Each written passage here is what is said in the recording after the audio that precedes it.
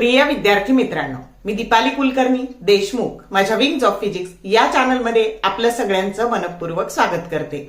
तर आपण बघा सीईटी परीक्षेसाठी स्मार्ट रिव्हिजन सिरीज बघतो आहोत। याच्यामध्ये आपण 5 मिनिटात 5 प्रश्न, 10 मिनिटात 10 प्रश्न अशा ट्रिक्सने प्रश्न बघतो आहोत, कारण आपल्याकडे वेळ कमी आहे। आपल्याला आता स्मार्ट स्ट्रॅटेजीने काम करायचंय, प्रश्न सोडवत नाही बसायचे, तर शॉर्टकट मेथडने ते सोडवायचे, वेळ वाचवायचा आहे आणि चांगला स्कोअर करायचा आहे। तर वेळ न घालवता आपण सुरू करूयात आजचा भाग। तर आता आजच्या भागामध्ये बघा आपण चॅप्टर बघतो आहोत थर्मोडायनामिक्स आणि आजचा पार्ट आहे पाचवा भाग आहे। मग आता याच्यामध्ये थर्मोडायनामिक्स मध्ये आपण असं शिकलो की बॉयसचा जो लॉ असतो त्याच्यात at a constant temperature T constant असेल तर प्रेशर आणि व्हॉल्यूम हे एकमेकाच्या इनव्हर्स प्रपोर्शन मध्ये बदलतात। म्हणजे समजा प्रेशर हे 5% लेस झालं तर तुमचा व्हॉल्यूम मध्ये काय बदल होईल। मग आता प्रेशर जर डिक्रीज झालं तर तुमचा व्हॉल्यूम हा इन्क्रीज होणार आहे। डेल्टा पी जर 5% डिक्रीज असेल तर डेल्टा व्ही किती पर्सेंट इन्क्रीज होईल असं, किंवा डेल्टा व्ही हे 5% डिक्रीज झालं, डेल्टा पी किती पर्सेंट इन्क्रीज होईल। तर अशा पद्धतीचे प्रॉब्लेम आपल्याला येतात आणि ते आपण एका ट्रिकने सोडवू शकतो। लॉंग कट मेथडने आपल्याला ते सोडवायचे नाहीत। मग तुम्ही याला हा केटीजॅन रेडिएशन मध्ये पण हे लॉ आहेत आणि थर्मोडायनामिक्स मध्ये पण लॉ आहेत। तुम्ही कोणत्याही चॅप्टरचा रेफरन्स घेऊन हे करू शकता। मग आता सीईटी 2023 ला काय प्रश्न आलेला आहे याच्यावर, तर आपण हे 5 मिनिटातच हे 4-5 प्रश्न पाहणार आहोत। मग आता तुम्हाला असं सांगितलंय की तुमचा डेल्टा पी म्हणजे at constant pressure the increase in pressure, आता हे इन्क्रीज इन प्रेशर हे 5% आहे, तर what is the decrease in volume. आता डिक्रीज इन व्हॉल्यूम किती हे काढायचंय। मग आता डिक्रीज इन व्हॉल्यूम इथे लिहायचं, डिक्रीज काढायचंय, तर काय करायचं। आता हे डिक्रीज आहे ना, मग आता हे इथे डेल्टा पी घ्यायचे, त्याला 100 ने मल्टिप्लाय करायचं, कारण पर्सेंटेज डिक्रीज काढायचे आपल्याला। मग केलं हे डेल्टा पी इंटू 100।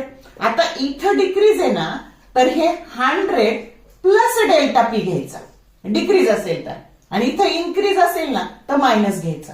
मग आता आपल्याला हे 5% दिलेलं आहे। मग आता बघा 500 झाले हे, आणि इथे हे 105 झाले।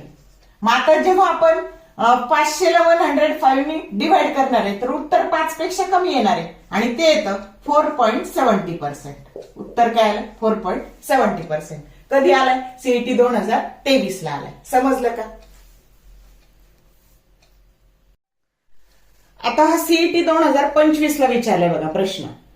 How much should be pressure be increased in order to reduce the volume of given mass of the gas by 5% at constant temperature. Option A 5%, B 10%, C 5.26% and D 4%। मग आता बघूयात आपण काय दिलंय आपल्याला।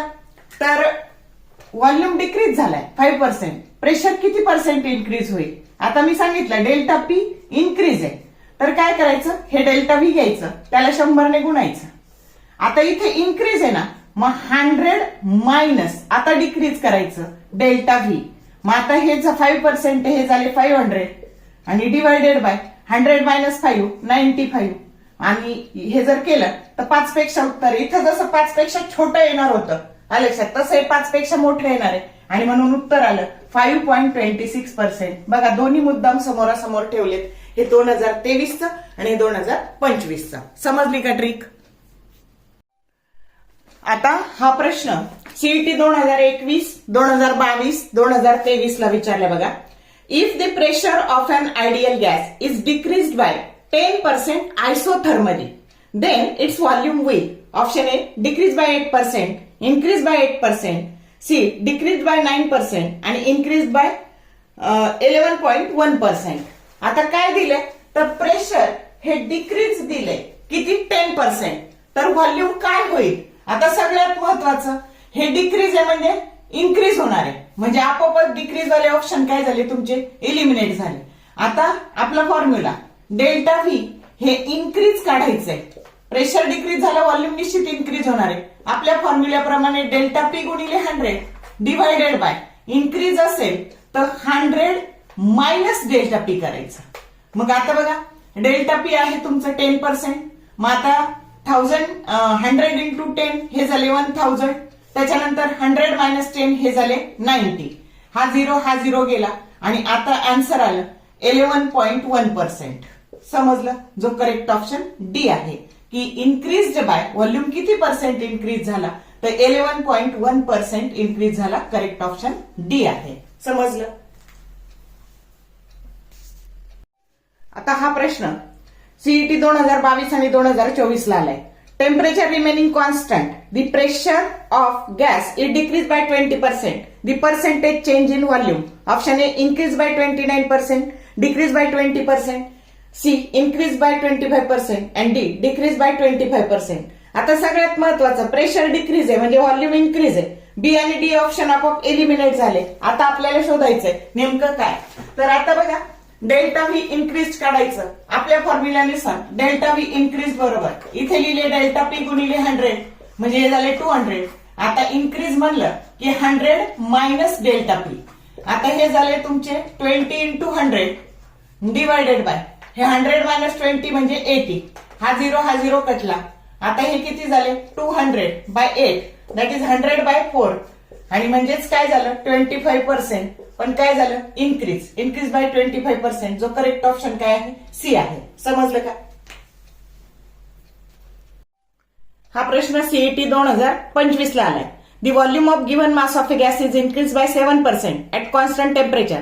The pressure should be decrease by. Option A 7%, B 14%, C 6.54% and D 14.52%. आता बघा delta P बरोबर डिक्रीज आहे मग delta V divided by 100 plus delta V म्हणजे उत्तर. आता हे झालं बघा इंटू 100 आहे म्हणजे 700 डिवायडेड बाय 107. उत्तर 7 पेक्षा कमी असणार आहे आणि 7 पेक्षा उत्तर कमी असणार एकच ऑप्शन आहे आणि म्हणून करेक्ट ऑप्शन आला बघा तुमचा 6.54%. जो सी ऑप्शन आहे 6.54% सी ऑप्शन. समजलं का?